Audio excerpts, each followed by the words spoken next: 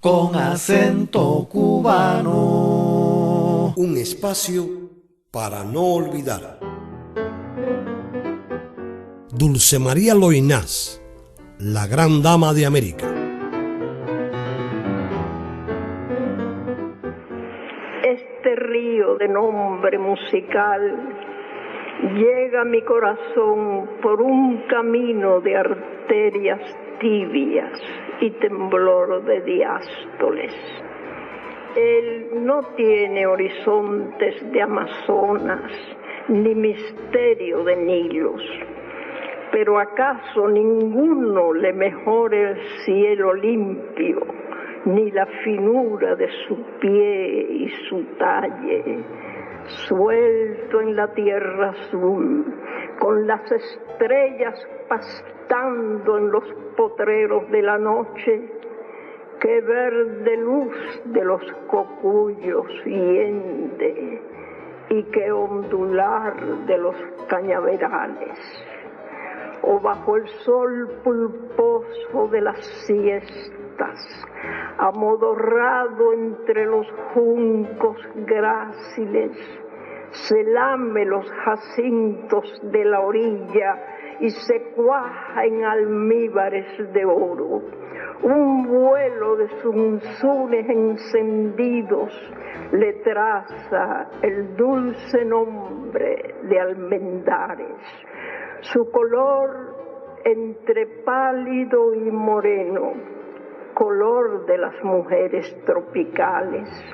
Su rumbo entre ligero y entre lánguido, rumbo de libre pájaro en el aire. Le bebe al campo el sol de madrugada, le ciña la ciudad brazo de amante.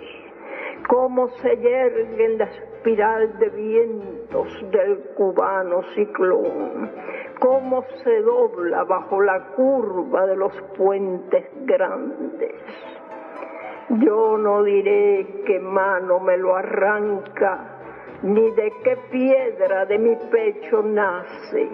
Yo no diré que él sea el más hermoso, pero es mi río, mi país, mi sangre.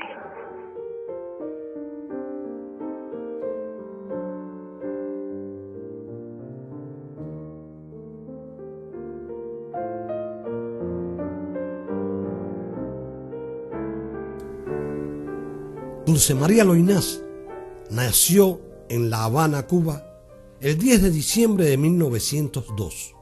Su padre, Enrique Loynaz del Castillo, general del Ejército Libertador, de cuya pluma brotó la letra del himno invasor. La madre, aficionada al canto, la pintura y el piano, combinación que despertó en Dulce María un amor desmedido por la poesía.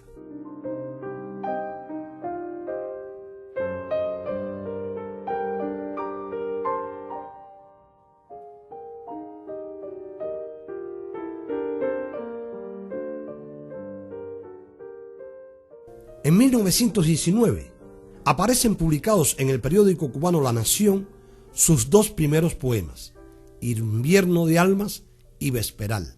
A los 24 años de edad, en 1927, se doctoró en Derecho Civil en la Universidad de La Habana y aunque esta profesión no era completamente de su agrado, la ejerció hasta 1961, siempre en asuntos de tipo familiar. A partir de esa primera publicación, se produce un incremento en su producción literaria. Escribe versos entre 1920 y 1928. Comienza su novela Jardín, cuya redacción le toma 7 años, y un año más tarde, en 1929, en ocasión de su viaje a Egipto, escribe Carta de amor al rey Tutankamón.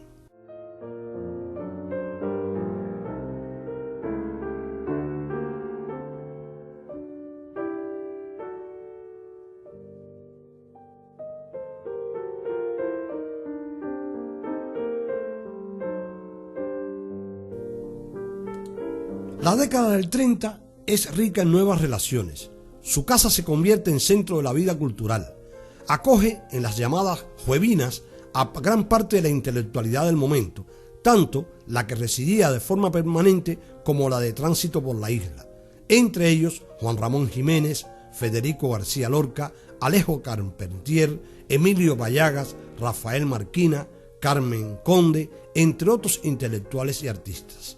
En 1937 publica Canto a la mujer estéril, poema que resume el sentimiento de frustración de una mujer impedida de procrear, y al año siguiente La Habana ve la luz su primera edición de versos. Creo que más o menos corrí la suerte de todos los cubanos, que era la que yo estaba dispuesta a correr. Nunca en la vida pensé en marcharme, ni mis hermanos pensaron nunca en marcharme, ni mi padre, que tuvo muy buenas proposiciones, viejo y todo como era ya, para irse de Cuba, incluso hasta desde el punto de vista político. Mi padre nunca aceptó irse de Cuba, mi madre tampoco, ni mis hermanos, así que yo me quedé aquí. Pero aunque ellos se hubieran ido, yo siempre me hubiera quedado, porque no puedo vivir fuera de este país. En realidad yo siempre he tenido que vivir en Cuba, por eso estoy viviendo en Cuba, porque fuera de Cuba es como si, no sé, como si algo se me hubiera perdido.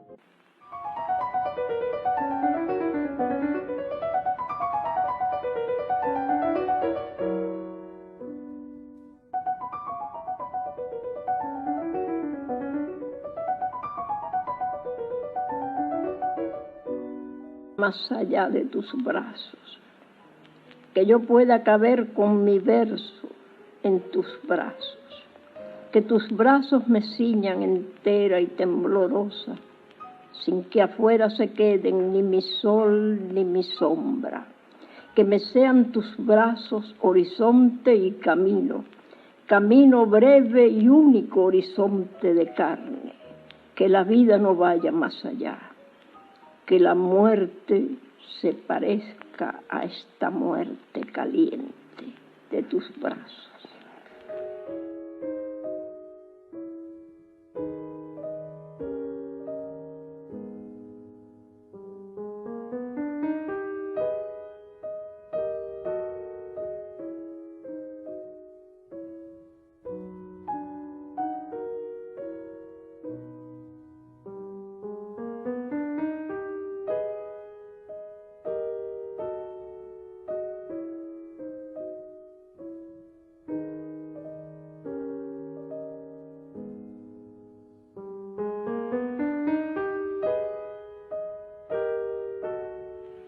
Yo nací en La Habana, en la calle del Prado.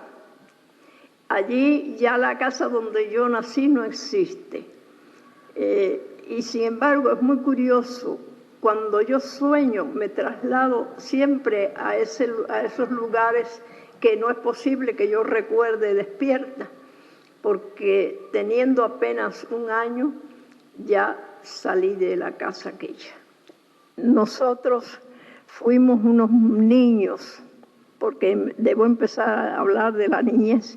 Fuimos unos niños criados con mucha delicadeza, con mucha instrucción, pero nunca fuimos a ningún colegio.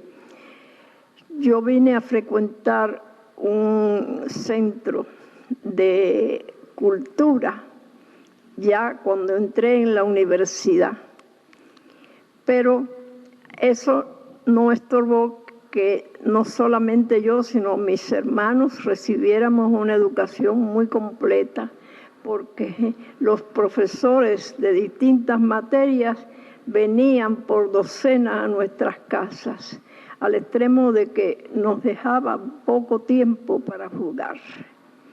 Tampoco nos dejaban salir de ella, sino en muy contadas ocasiones. Parece que ellos temían que un temprano contacto con el mundo pudiera hacernos daño y intentaron hasta que pudieron evitar ese contacto.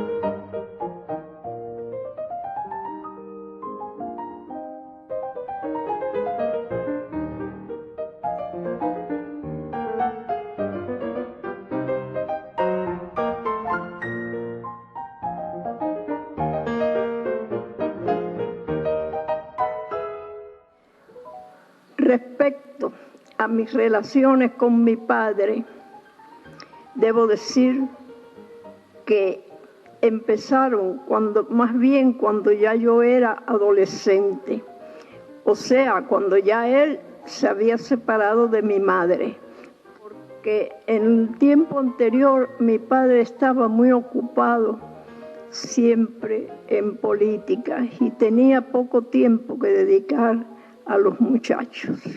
Pero después mis lazos espirituales con él se estrecharon mucho más de lo que hubiera sido antes, porque ya yo estaba en edad de comprender y valorar su gran inteligencia, su enorme cultura y sobre todo su amor a la patria. De todo esto creo que he heredado un poco. Fuimos 4 hermanos, 2 varones y 2 hembras. Yo era la mayor. Mi hermana Flor, la más joven, la menor. Le decíamos la beba por esa razón, porque era nuestra bebita. Los caracteres nuestros eran muy distintos, a pesar de que siempre nos criamos juntos, siempre estuvimos juntos, incluso hasta después de casarnos. Pero cada uno tenía su propia personalidad. Yo más bien me incliné a la melancolía como los hermanos varones, pero eso no pesó sobre mí porque siempre hice lo que había que hacer en su momento. De eso estoy satisfecha y hasta puedo decir que orgullosa. Yo hacía versos desde que tenía uso de razón, aunque eran naturalmente muy malos. Pero sucedió que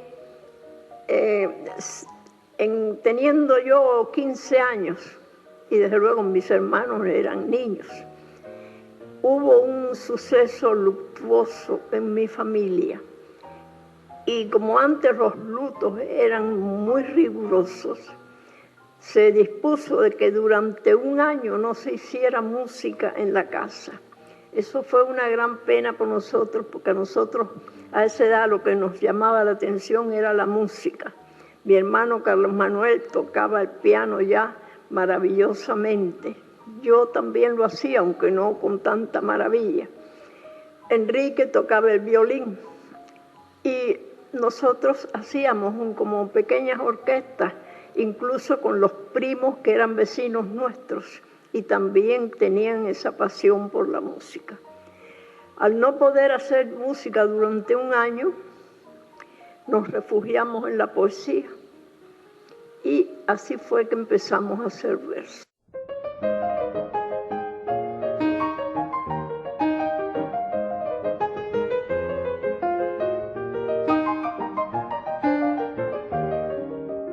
Miel imprevista. Volvió la abeja a mi rosal. Le dije, es tarde para mieles, aún me dura el invierno. Volvió la abeja. Elige, le dije, otra dulzura, otra frescura inocente. Era la abeja oscura y se obstinaba en la corola hueca. Clavó su sed sobre la rosa seca y se me fue cargada de dulzura.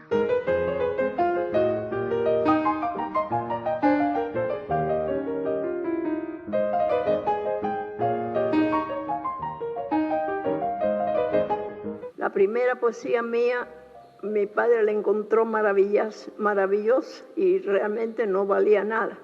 Pero por ser mía, él la encontró bien y la llevó a un periodista amigo suyo que trabajaba en un periódico importante de la época, La Nación. Y allí el amigo, más por amistad que por otra cosa, no solo publicó la poesía, sino que además me dedicó un artículo muy elogioso que yo siento mucho no conservar. Pero era interesante porque decía cosas que luego se cumplieron. ¿Qué año fue esto? Esto fue en el año 1919.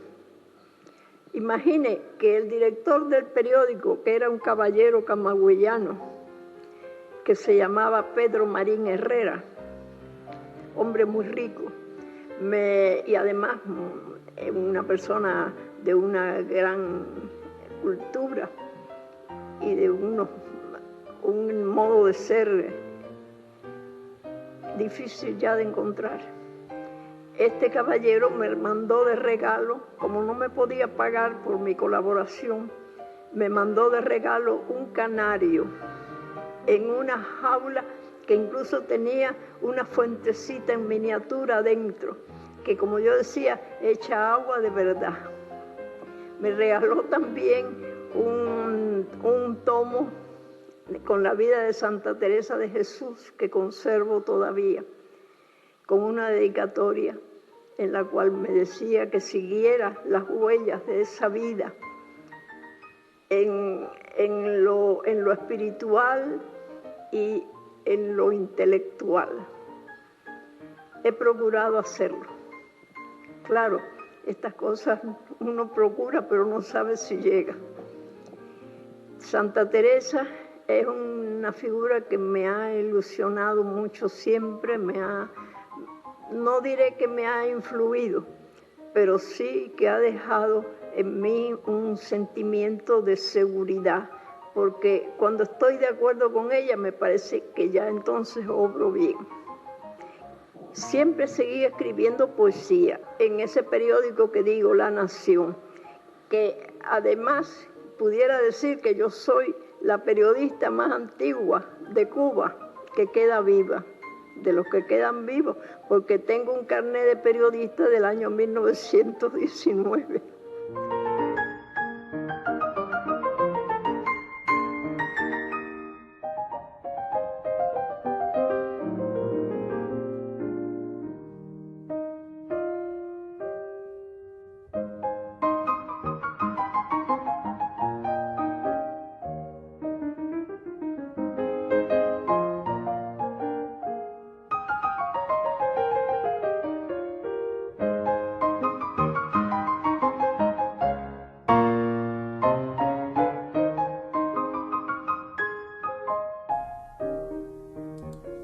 Viaja por Sudamérica en 1946 y conoce en Montevideo a la poetisa Juana de Ibarburu.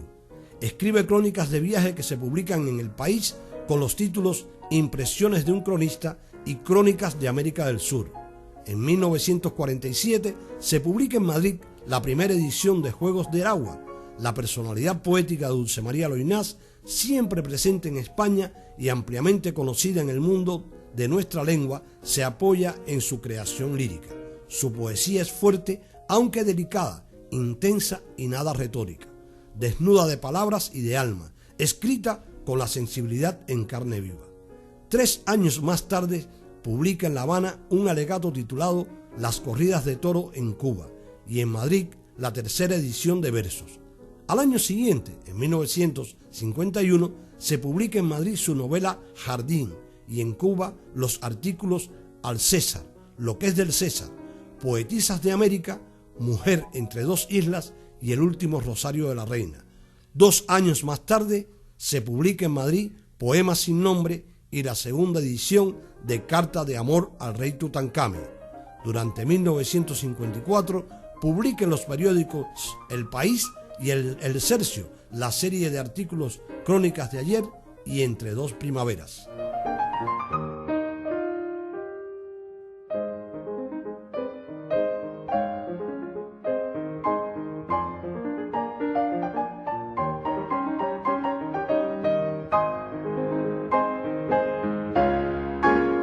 Al principio teníamos poca cultura, digamos, en literatura, en el arte de escribir, porque en mi casa lo que privaba era la música, de eso sabíamos muchísimo, pero ya de literatura sabíamos menos. Entonces tuvimos diversos, no maestros, pero sí personas que venían e influían con sus gustos en los nuestros. Por ejemplo, nuestro profesor Arturo Martín Lamí, que pudiéramos decir que era lo que se llama, o lo que se llamó antes, un profesor de humanidades. Arturo Martín Lamí nos inclinó hacia los clásicos españoles, de lo cual nosotros sabíamos muy poco entonces.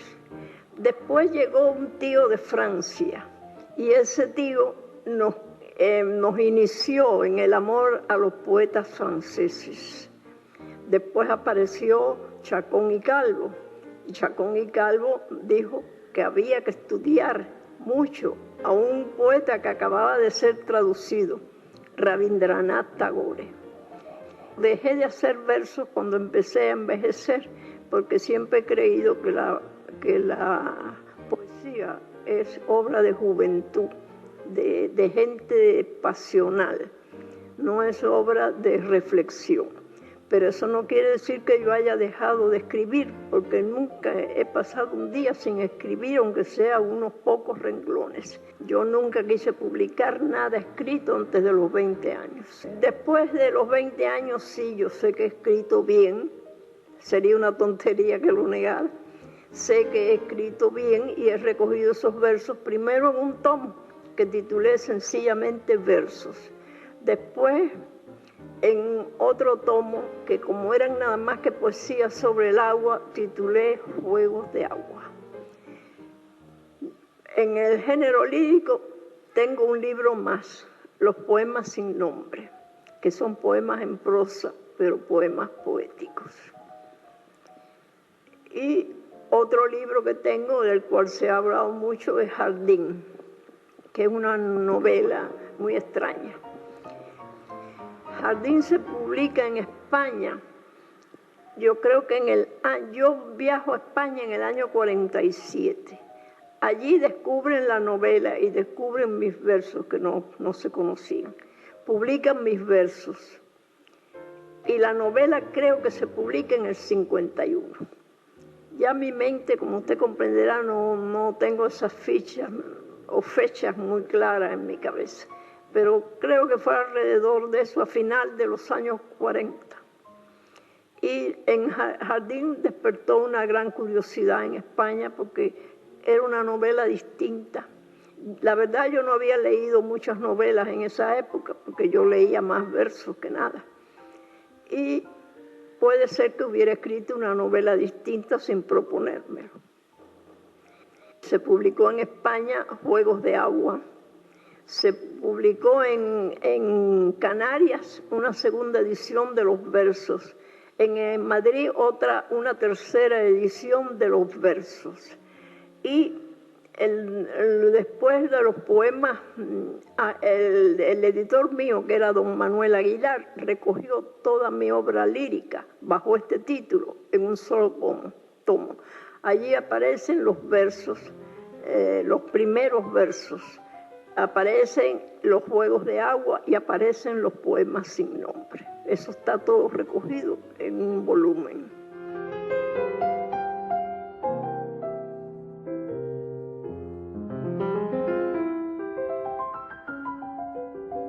Agua escondida.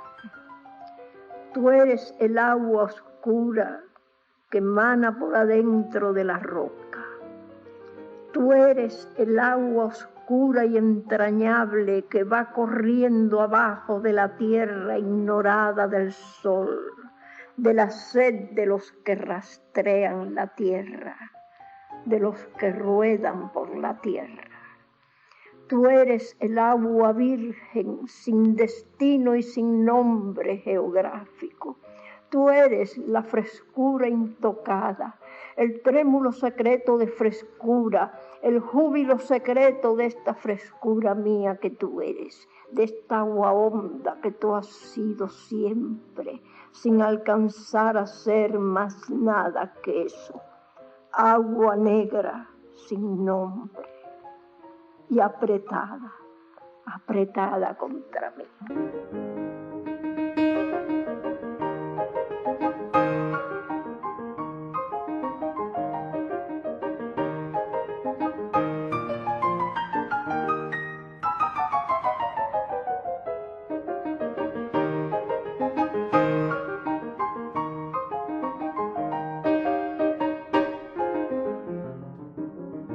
quizás el que yo considero mejor logrado es Poemas sin nombre.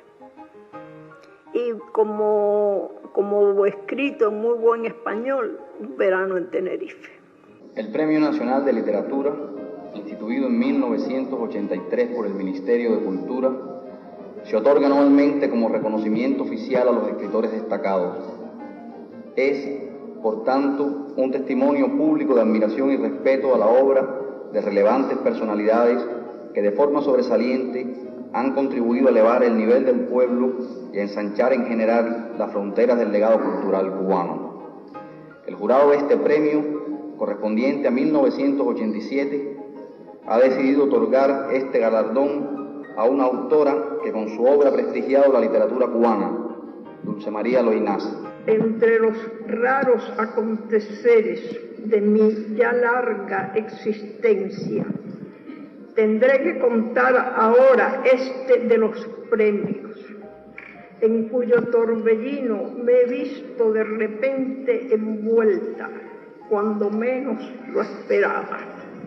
El Cervantes, al que me propusieron, como digo, por primera vez, ya fue adjudicado a otra persona que sin duda grandes méritos ha podido ofrecer, pues se trata, como es sabido, de un galardón muy discutido y codiciado, equivalente en nuestro idioma al mundialmente famoso Premio Nobel. Yo recibo el de Cuba. Y el de Cuba tiene para mí un especial significado. El Premio Cervantes hubiera puesto mi nombre más allá de nuestras playas. Lo hubiera puesto en todos los cintillos periodísticos de la América hispana, en todas las pantallas de televisión, en todas las grandes editoriales, en todas las tertulias literarias.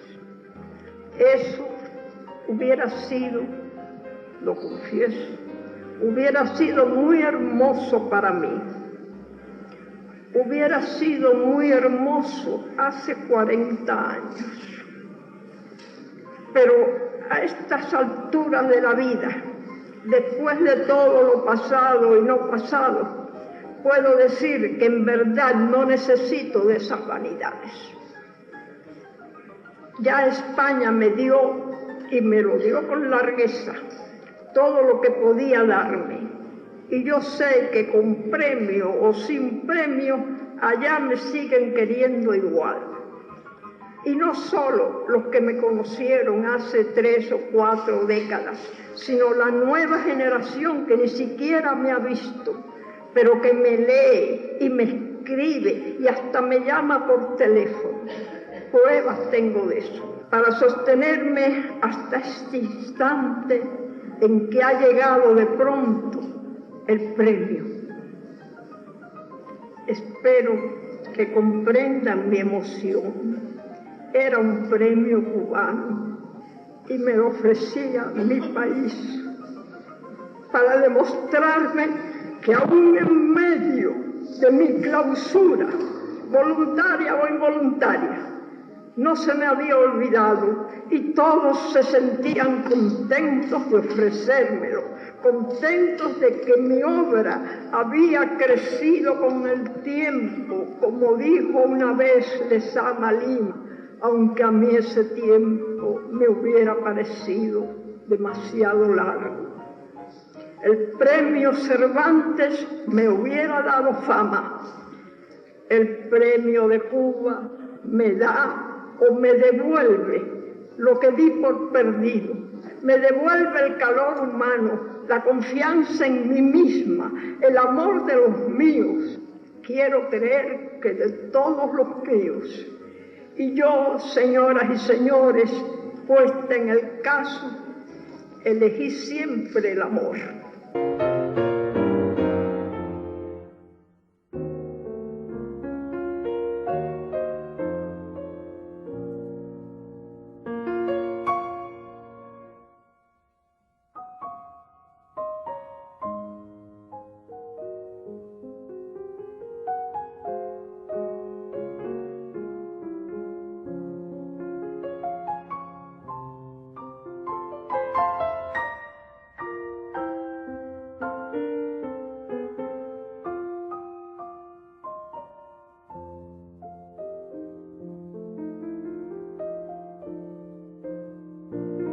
Amor es amar la gracia delicada del cisne azul y de la rosa rosa, amar la luz del alba y la de las estrellas que se abren y la de las sonrisas que se alargan, amar la plenitud del árbol, amar la música del agua y la dulzura de la fruta y la dulzura de las almas dulces. Amar lo amable no es amor. Amor es ponerse de almohada para el cansancio de cada día. Es ponerse de sol vivo en el ansia de la semilla ciega que perdió el rumbo de la luz, aprisionada por su tierra, vencida por su misma tierra. Amor es desenredar marañas de caminos en la tiniebla. Amor es ser camino y ser escala. Amor es amar lo que nos duele, lo que nos sangra por dentro. Es entrarse en la entraña de la noche y adivinarle la estrella en germen, la esperanza de la estrella. Amor es amar desde la raíz negra. Amor es perdonar. Y lo que es más que perdonar es comprender. Amor es apretarse a la cruz y clavarse a la cruz y morir y resucitar. Amor es resucitar.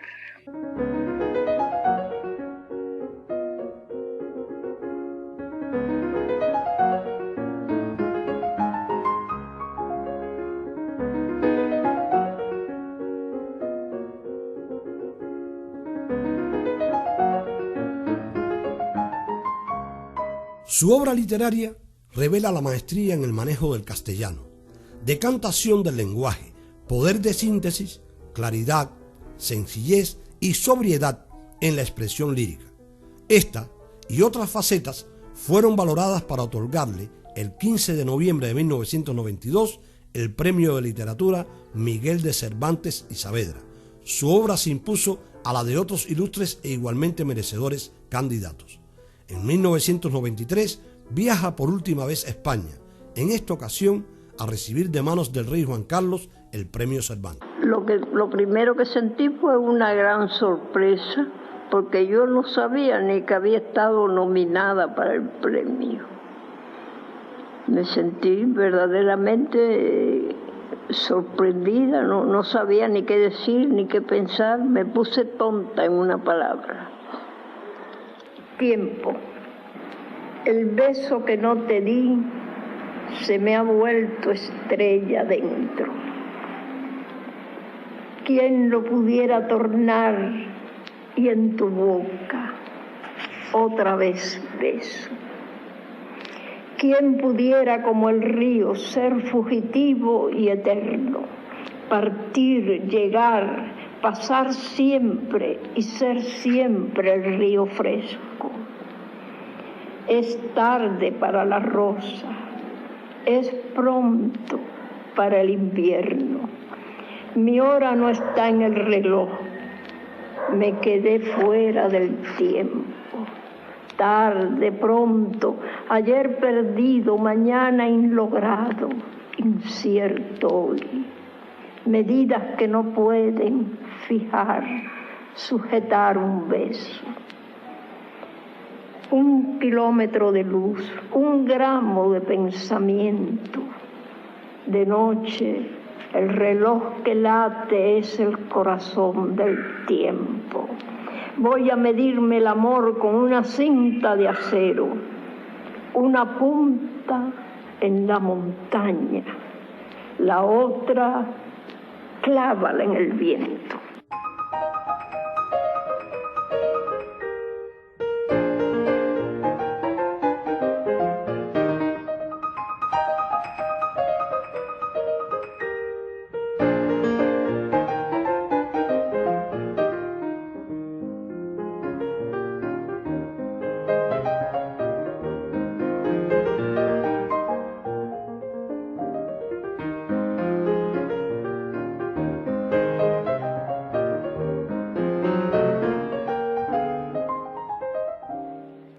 Desde luego, hablar de mi esposo, de quien se ha hablado tan poco, es simplemente hacer justicia.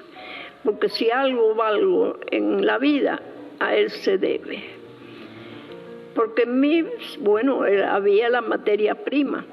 Él fue quien modeló esa materia prima. Y no solamente la modeló, sino que la dio a conocer. Era una cosa que estaba muy escondida, porque nosotros por nuestro sistema de crianza familiar éramos tímidos, nos horrorizaba enfrentarnos con las muchedumbres. Entonces esa cosa tenía que ser siempre algo como íntimo, como secreto. Cuando me casé con Pablo Álvarez de Cañas, era una voluntad más fuerte que la mía y tuve que doblegarme ante su deseo, primero con mucha timidez, con mucho miedo, con mucha sensación de que todo iba a ser un fracaso. Pero él, con esa fe tan grande que tenía en mí y en el destino, él fue el que me empujó, puedo decir que me empujó materialmente a hacer mi primera actuación pública, que fue en el Ateneo de Madrid.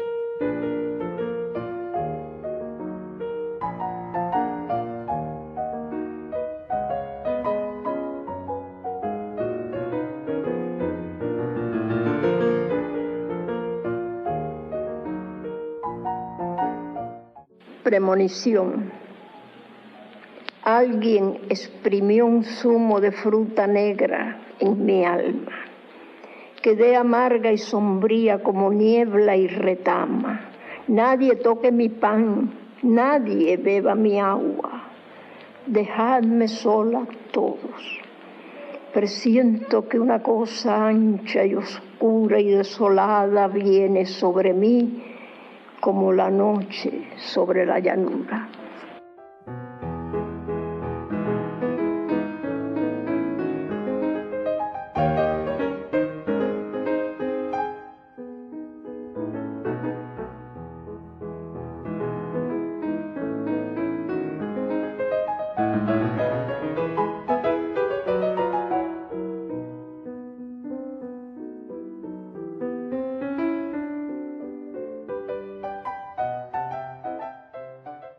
Siempre me vi muy respetada en mi profesión, no solo en la profesión de escritora, sino en la de abogado cuando lo ejercí. Eso, al contrario, creo que se me facilitaron muchas cosas que tal vez de haber sido hombre no las hubiera tenido. Yo soy, me doy cuenta, una persona introvertida, muy difícil de tener confidencias o de tener... siempre he sido reacia a todo ese tipo. Eso es lo que defino de mi carácter, pero sí reconozco que tengo una virtud muy difícil. Soy justa. Cuando conozco de qué lado está la verdad o de qué lado está la razón, la defiendo cuando haya que defenderla. Es decir, considero que es mucho más difícil ser justo que ser bueno. Ser bueno es cualquiera, ser justo ya es mucho más difícil.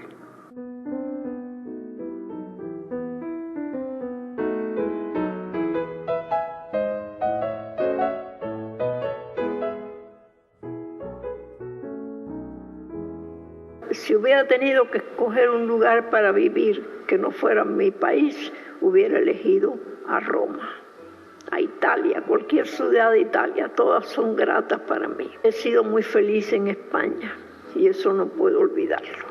El cariño de los españoles, la amistad de los españoles cuando yo no era nada, cómo ellos me entendieron, me descubrieron, me redescubrieron. En fin, a España es toda mi gratitud. Hay un país muy bello para mí, que es Egipto.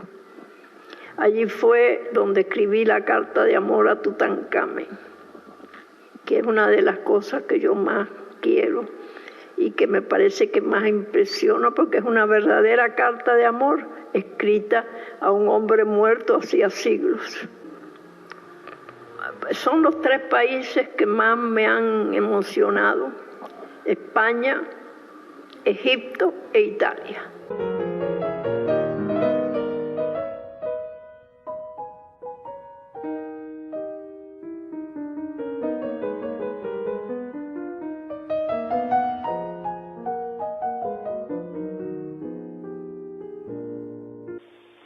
Eternidad.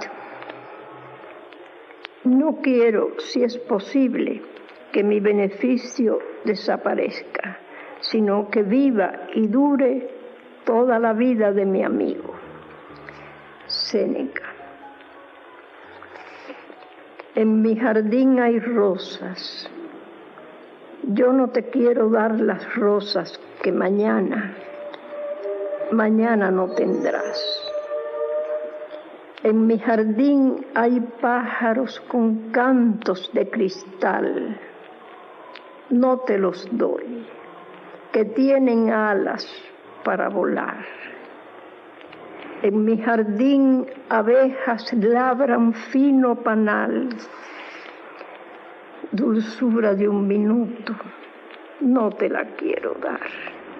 Para ti lo infinito o nada. Lo inmortal o esta muda tristeza que no comprenderás, la tristeza sin nombre de no tener que dar a quien lleva en la frente algo de eternidad. Deja el jardín, no toques el rosal. Las cosas que se mueren no se deben tocar.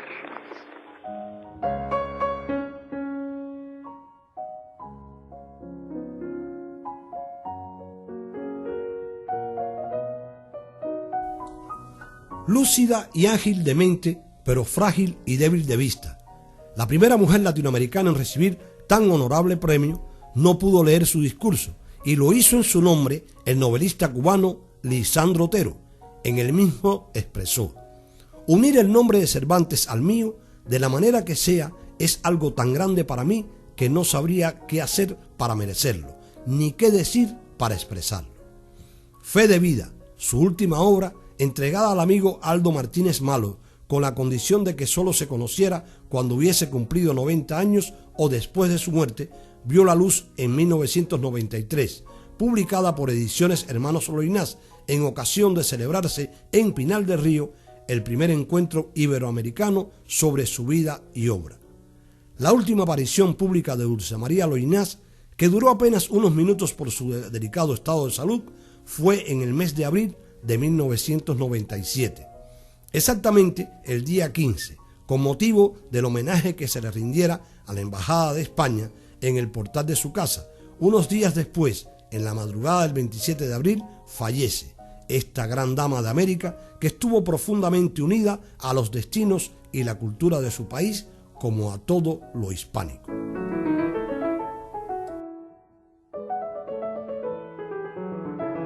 La oración de la rosa. Padre nuestro que estás en la tierra, en la fuerte y hermosa tierra, en la tierra buena. Santificado sea el nombre tuyo que nadie sabe, que en ninguna forma se atrevió a pronunciar este silencio pequeño y delicado. Este silencio que en el mundo somos nosotras, las rosas. Venga también a nos las pequeñitas y dulces flores de la tierra, el tu reino prometido. Hágase en nos tu voluntad, aunque ella sea que nuestra vida solo dure lo que dura una tarde. El sol nuestro de cada día, dánoslo para el único día nuestro.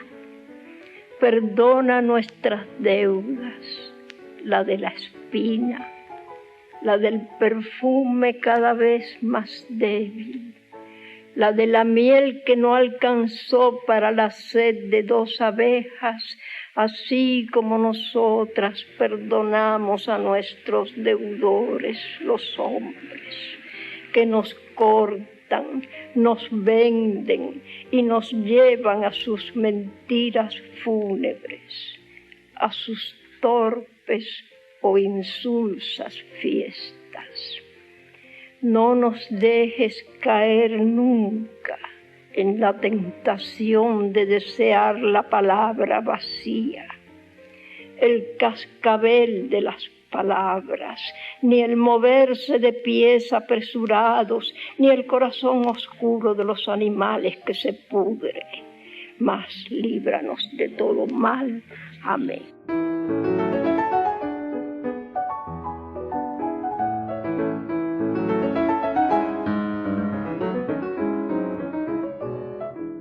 Serenidad luminosa, poesía musical, hallazgos de expresión inusitados, brillo de la palabra, poesía interior, como callada y meditativa.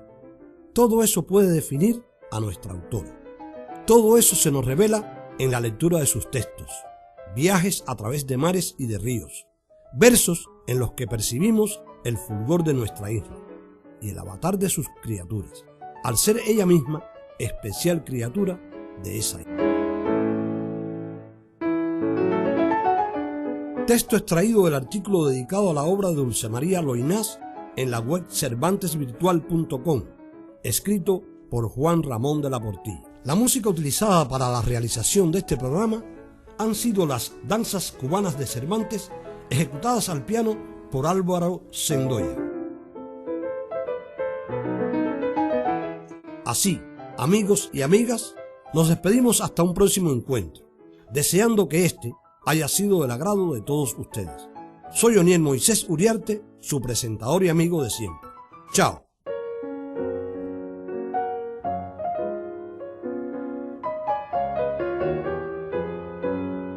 Con acento cubano. Un espacio para no olvidar.